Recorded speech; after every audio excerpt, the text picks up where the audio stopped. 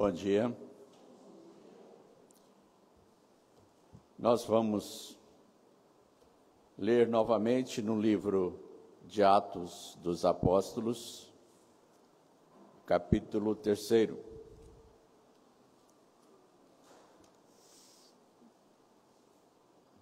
Atos, capítulo 3.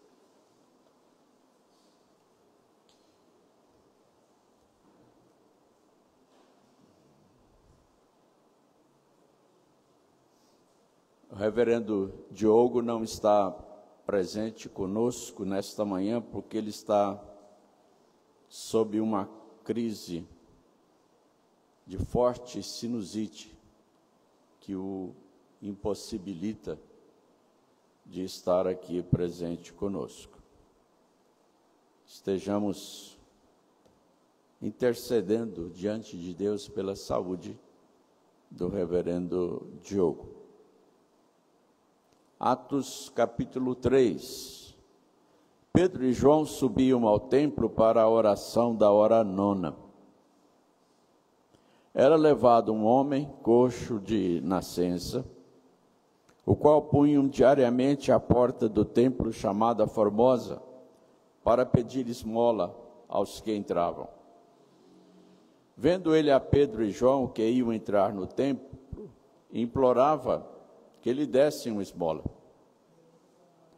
Pedro, fitando-o juntamente com João, disse: olha para nós. Ele os olhava atentamente, esperando receber alguma coisa. Pedro, porém, lhe disse: não possuo nem prata nem ouro, mas o que tenho, isso te dou. Em nome de Jesus Cristo Nazareno, anda. E tomando pela mão direita, o levantou. Imediatamente os seus pés e tornozelos se firmaram. De um salto se pôs em pé, passou a andar e entrou com eles no templo, saltando e louvando a Deus. Viu todo o povo a andar e a louvar a Deus, e reconheceram ser ele o mesmo que esmolava, assentado à porta formosa do templo, e se encheram de admiração e assombro por isso que lhe aconteceram. Apegando-se ele a Pedro e a João, todo o povo correu atônito para junto deles no pórtico chamado de Salomão. À vista disso, Pedro se dirigiu ao povo, dizendo: israelitas, por que vos maravilhais disto, ou por que fitais os olhos em nós, como se pelo nosso próprio poder ou piedade o tivéssemos feito andar? O Deus de Abraão, de Isaque e de Jacó, o Deus de nossos pais, glorificou a seu servo Jesus, a quem vós traístes e negastes perante Pilatos, quando este havia decidido soltá-lo. Vós, porém, negastes o santo e o justo, e pedistes que vos concedessem um homicida. Dessarte matastes o autor da vida, a quem Deus ressuscitou dentre os mortos, do que nós somos testemunhas. Pela fé em o nome de Jesus, é que este mesmo nome fortaleceu a este homem que agora vedes e reconheceis. Sim, a fé que vem por meio de Jesus deu a este saúde perfeita na presença de todos vós. E agora, irmãos, eu sei que o fizestes por ignorância, como também as vossas autoridades. Mas Deus, assim, cumpriu o que dantes anunciara por boca de todos os profetas, que o seu Cristo havia de padecer. Arrependei-vos, pois, e convertei-vos, para serem cancelados os vossos pecados, a fim de que da presença do Senhor venham tempos de refrigério, e que envie ele o Cristo, que já vos foi designado, Jesus, ao qual é necessário que o céu receba até aos tempos da restauração de todas as coisas, de que Deus falou por boca dos seus santos profetas desde a antiguidade. Disse, na verdade, Moisés: o Senhor Deus vos suscitará dentre vossos irmãos um profeta semelhante a mim. A ele ouvireis em tudo quanto vos disser. Acontecerá que toda alma que não ouvir a esse profeta será exterminada do meio do povo. E todos os profetas, a começar com Samuel, assim como todos quantos depois falaram, também anunciaram estes dias. Vós sois os filhos dos profetas e da aliança que Deus estabeleceu com vossos pais, dizendo a Abraão: na tua descendência serão abençoadas todas as nações da terra. Tendo Deus ressuscitado o seu servo, enviou primeiramente a vós outros para vos abençoar, no sentido de que cada um se aparte de suas perversidades. Amém. Nós começamos a desenvolver este texto no domingo passado, falando a respeito das circunstâncias, do contexto em que isto aconteceu. A igreja tinha acabado de receber o Espírito Santo no dia de Pentecostes. E a Bíblia diz que muitos milagres, sinais, prodígios estavam sendo realizados pelos apóstolos. A igreja recebeu vários dons, inclusive o dom de línguas, através do qual os estrangeiros que estavam em Jerusalém estavam sendo também evangelizados. Eles estavam perguntando o que era aquilo, e ao explicar o que estava acontecendo, todos os discípulos davam testemunho de que o evangelho do Senhor Jesus Cristo fora dado, inclusive para os gentios. E nesse contexto é que Pedro e João foram ao templo na hora da oração. Eu disse aqui que assim como Jesus Cristo, os apóstolos e todos os discípulos continuaram a usar o templo nos horários de culto. E eles estavam fazendo isso, a gente não sabe quantos dias depois do Pentecostes isso aconteceu, mas foi naquele contexto, naqueles dias. Falamos a respeito desse homem, coxo de nascença, ou seja, um paralítico, que era levado, ele não podia ir por suas próprias pernas, que eram paralíticas, ele era levado e colocado lá para pedir esmola. A gente conhece essa realidade até hoje. E quando Pedro e João foram entrar no templo através da porta formosa, a porta é designada aqui pelo nome porque existiam várias portas, cada uma tinha o seu nome. Esta porta se chamava Formosa. É a porta que Pedro e João escolheram para entrar para o templo, porque era mais próxima dos pórticos que existiam no pátio do templo. E ali estava aquele homem. E como ele fazia com todos que entravam, ele estendeu a sua mão para Pedro e João. Eles pararam. E fitaram aquele homem, e o homem ficou ali, de mão estendida, esperando o dinheiro. Eu fico imaginando a cena. Aquele homem com a mão estendida, olhando para Pedro e João. E Pedro então disse para o homem: eu não tenho dinheiro. Eu não tenho prata nem ouro, ou seja, eu estou sem dinheiro. Mas o que eu tenho, isto te dou. E o paralítico ali, olhando e esperando. Vai dar o quê?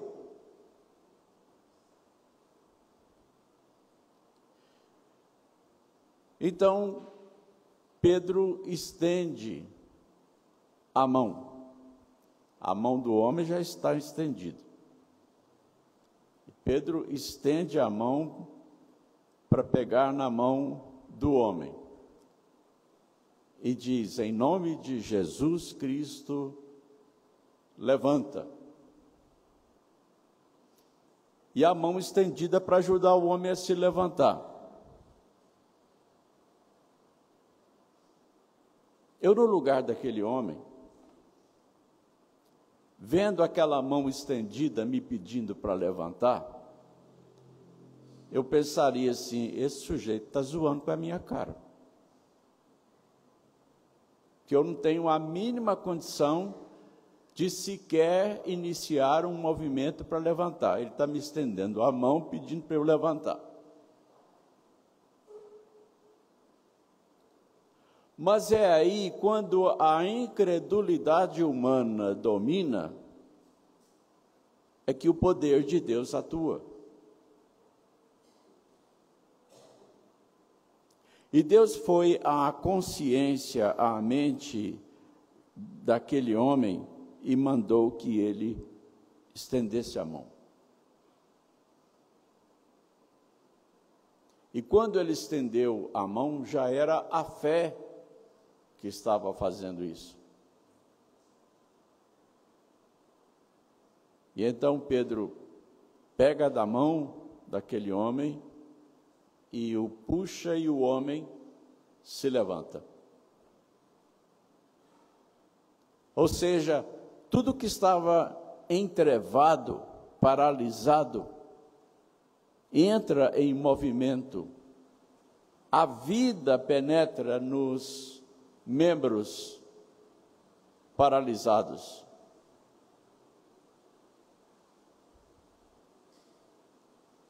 E a força, a energia, o vigor e a vitalidade tomam conta dos membros paralisados. Aquele homem sente que há energia nos seus membros. Ele firma os pés e se levanta.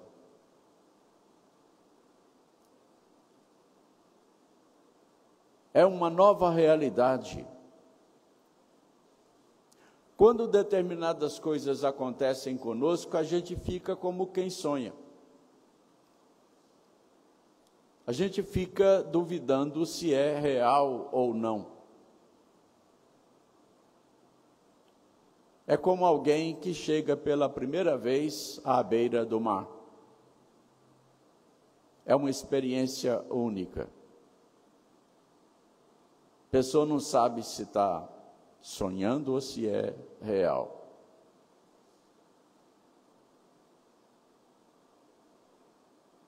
Esse homem, ele se levanta, ele experimenta andar e ele anda, ele experimenta correr e ele corre, e a alegria vai aumentando, o entusiasmo vai aumentando.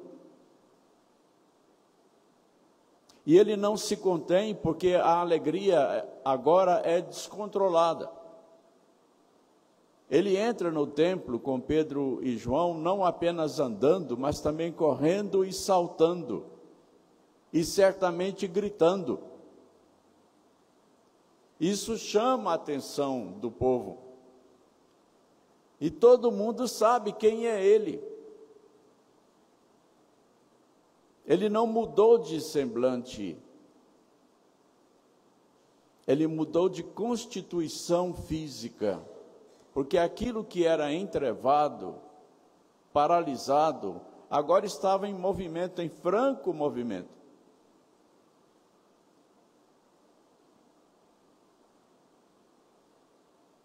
E aí todo mundo acorre. A Bíblia diz que eles estavam no pórtico de Salomão. O pátio interior do templo, lá em Jerusalém, até hoje, é cercado por pavilhões que recebem o nome de pórtico. São vários pórticos. São uma espécie de varanda coberta, onde as pessoas ficam aguardando os momentos certos para as ofertas, para os sacrifícios.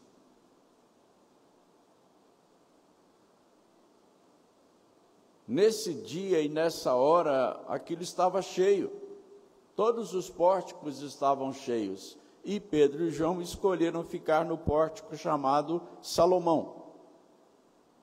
Era onde Jesus também gostava de estar. A Bíblia diz que quando Jesus estava no templo, ele ficava passeando pelo pórtico de Salomão.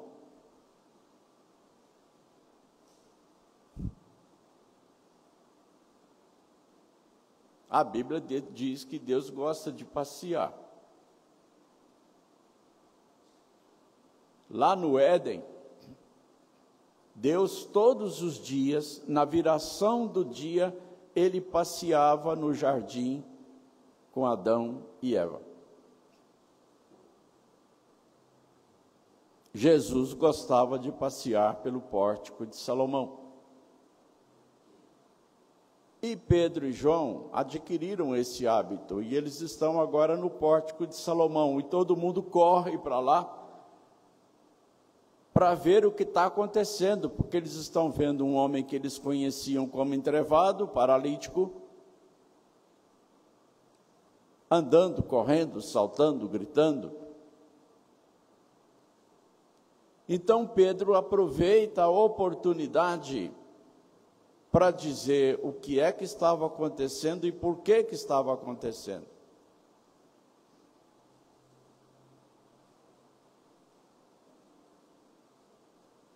E ele começa então o seu sermão.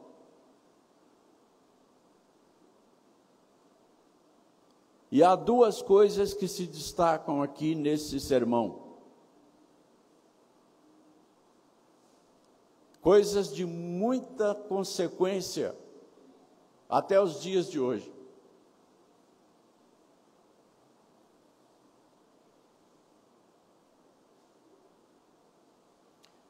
Pedro explica que o que aconteceu com aquele homem, com aquele esmoler, pedidor de esmola, foi Jesus quem realizou. Foi pela fé em nome de Jesus Cristo que ele foi inteiramente curado e recobrou a saúde.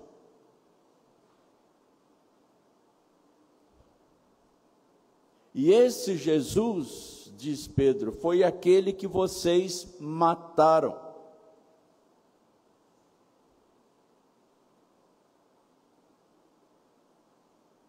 Pedro já havia feito essa mesma acusação no sermão que ele pregou logo após a descida do Espírito Santo.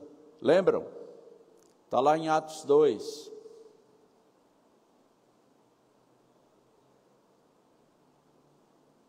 E depois essa mesma acusação,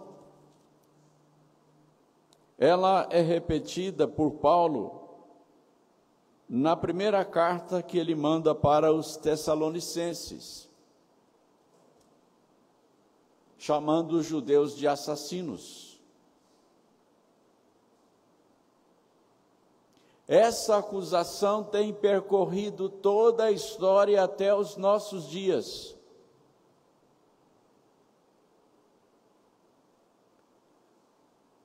Quando eu estava falando com a igreja aqui,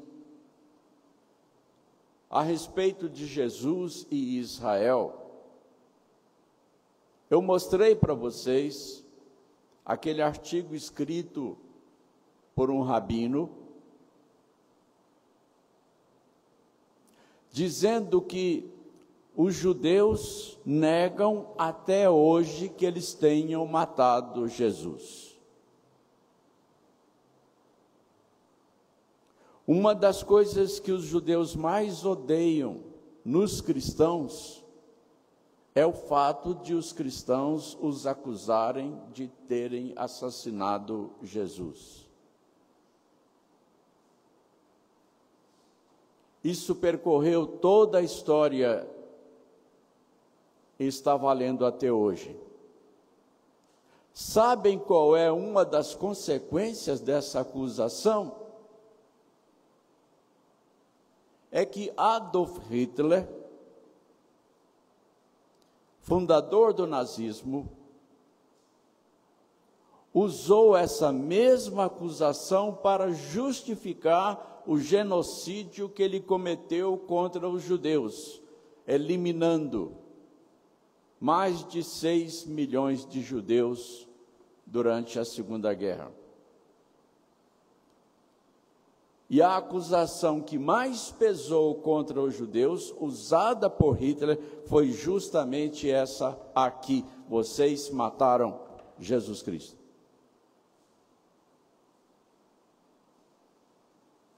Foi como Hitler entendeu que ele poderia ser justificado perante o mundo pela morte dos judeus.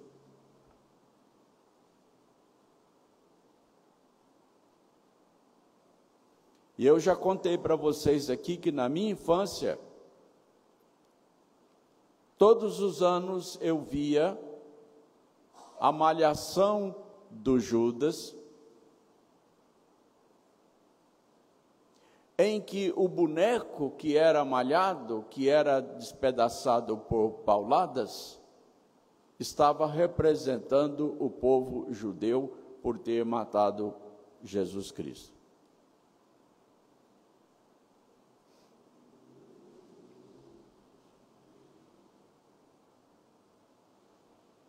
A acusação está não apenas aqui, mas também no primeiro sermão e na carta que Paulo escreveu aos Tessalonicenses.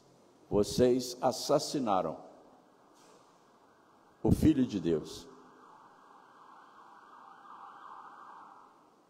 E os judeus negam isso até hoje, e é uma das principais mágoas que eles têm dos cristãos, pelo fato de os cristãos os acusarem de terem matado Jesus Cristo, mas está aqui.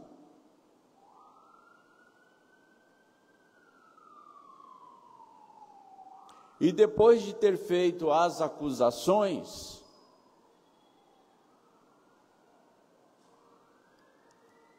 o apóstolo Pedro receitou o remédio que poderia perdoar os seus pecados, inclusive o homicídio cometido contra o próprio Deus. Arrependimento. Lá no primeiro sermão, depois que Pedro terminou a pregação, os judeus estavam contritos, quebrantados, convencidos do pecado. Eles aceitaram a acusação. Eles assumiram a culpa. E aí disseram: que vamos fazer agora, irmãos? Então Pedro disse: arrependam-se, e cada um de vós seja batizado em nome de quem? De Jesus Cristo, para a remissão dos vossos pecados.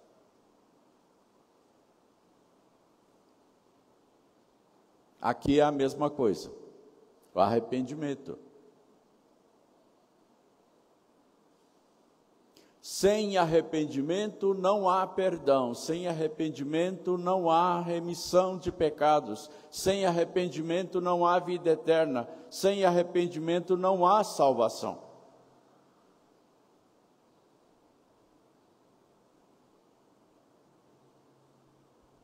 É isso que a palavra de Deus nos ensina e é isso que nós temos pregado com o título Arrependimento.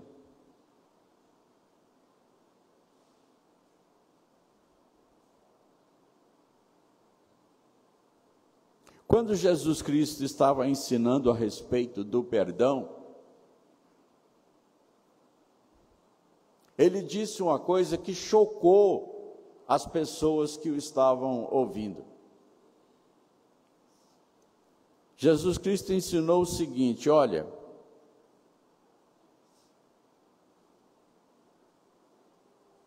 se alguém te magoar, se alguém fizer alguma coisa contra você, e chegar para você e pedir perdão, e se ele se mostrar arrependido, e se ele se mostrar arrependido, perdoa. Mas Jesus disse mais. Ele falou: e se o mesmo homem, se a mesma pessoa pecar contra ti no mesmo dia 7 vezes, e 7 vezes ele vier te pedir perdão, se ele estiver arrependido, perdoa. Arrependimento não é qualquer pedido de perdão que deve ser atendido. É se ele for acompanhado de arrependimento. E isso vai ser revelado na própria pessoa culpada.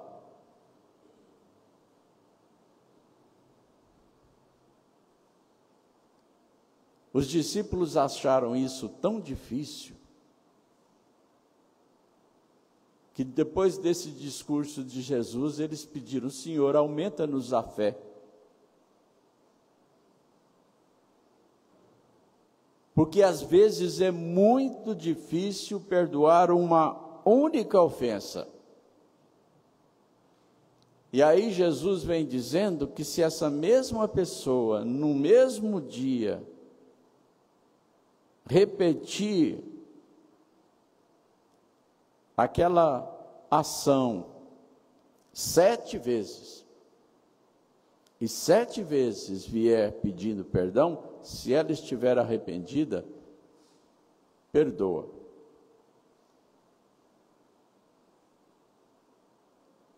Isso nos mostra que o arrependimento, ele não tem a propriedade de ser definitivo.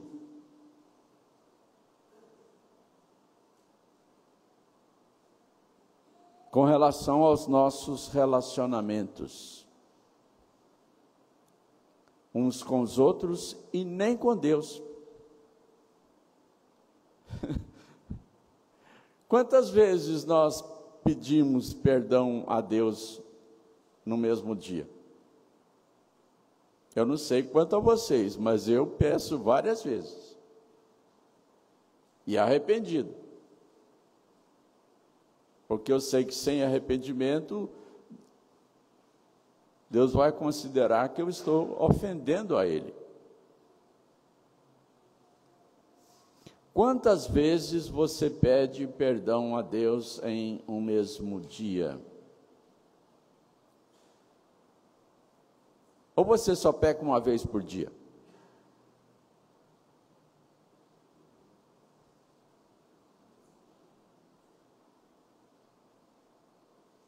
Arrependimento é a condição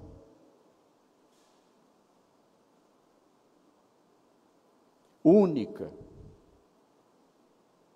para se obter o perdão de Deus.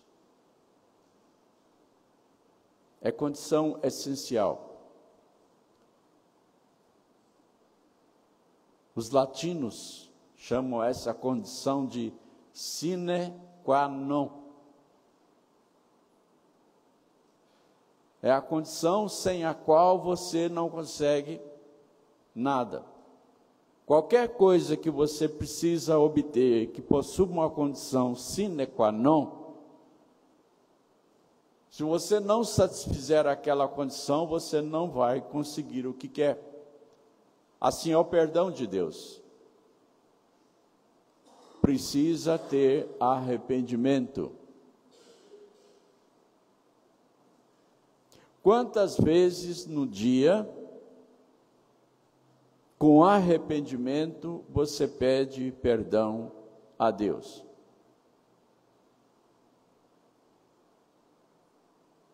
Porque se no dia a gente comete pelo menos um pecado, a gente não deve ir dormir carregando aquele pecado.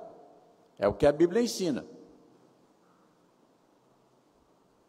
A Bíblia diz: não se ponha o sol sobre a vossa ira, não se ponha o sol sobre o vosso pecado. Não vá dormir sem se arrepender diante de Deus pelos seus pecados do dia. Se é que você pede perdão só uma vez.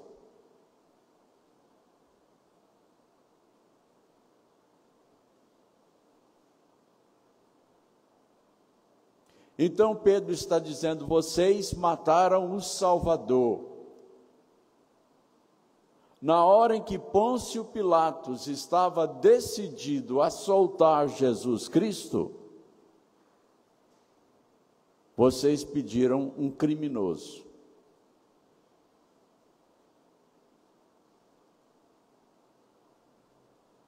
Vocês pediram Barrabás, um mercenário, ladrão, assaltante, violento, criminoso, homicida.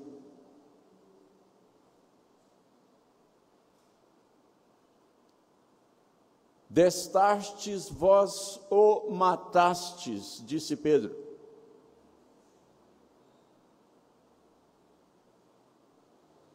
E eles não puderam negar, eles não negaram isso.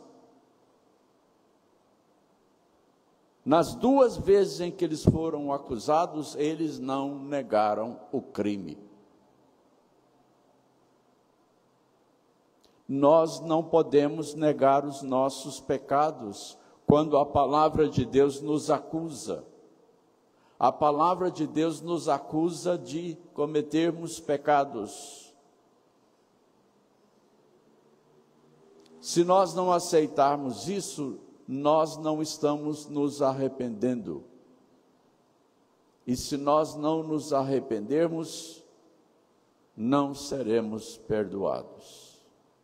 A condição sine qua non para recebermos o perdão, a condição sine qua non para uma pessoa receber a salvação é o arrependimento. Que Deus nos abençoe e nos conceda a graça do arrependimento para estarmos em paz com Deus, particularmente neste momento em que vamos participar da Santa Ceia. Nós vamos orar neste momento. Após a oração, eu peço que os presbíteros venham até a mesa da comunhão para nós compormos a mesa da comunhão e oferecermos ao Senhor o sacrifício da Santa Ceia pela nossa participação. Oremos. Eterno Deus, nosso Pai. Pai, agora nós te suplicamos que pelo Teu Espírito Santo, a Tua palavra, produza em nós todos os seus frutos e que traga arrependimento de pecados aos nossos corações. Que nos traga, ó Pai, restauração e vivificação nesta hora de Santa Ceia, a fim de que possamos participar dignamente deste sacramento, recebendo da Tua presença as consolações, o refrigério, a santificação e toda a edificação que necessitamos nesta hora. Derrama sobre nós, Pai, todas as bênçãos da participação na ceia do Senhor. Perdoa os nossos pecados, purifica-nos perante os teus olhos, a fim de que possamos usufruir de toda a plenitude de comunhão contigo e uns com os outros. Nós oramos em nome de Jesus. Amém.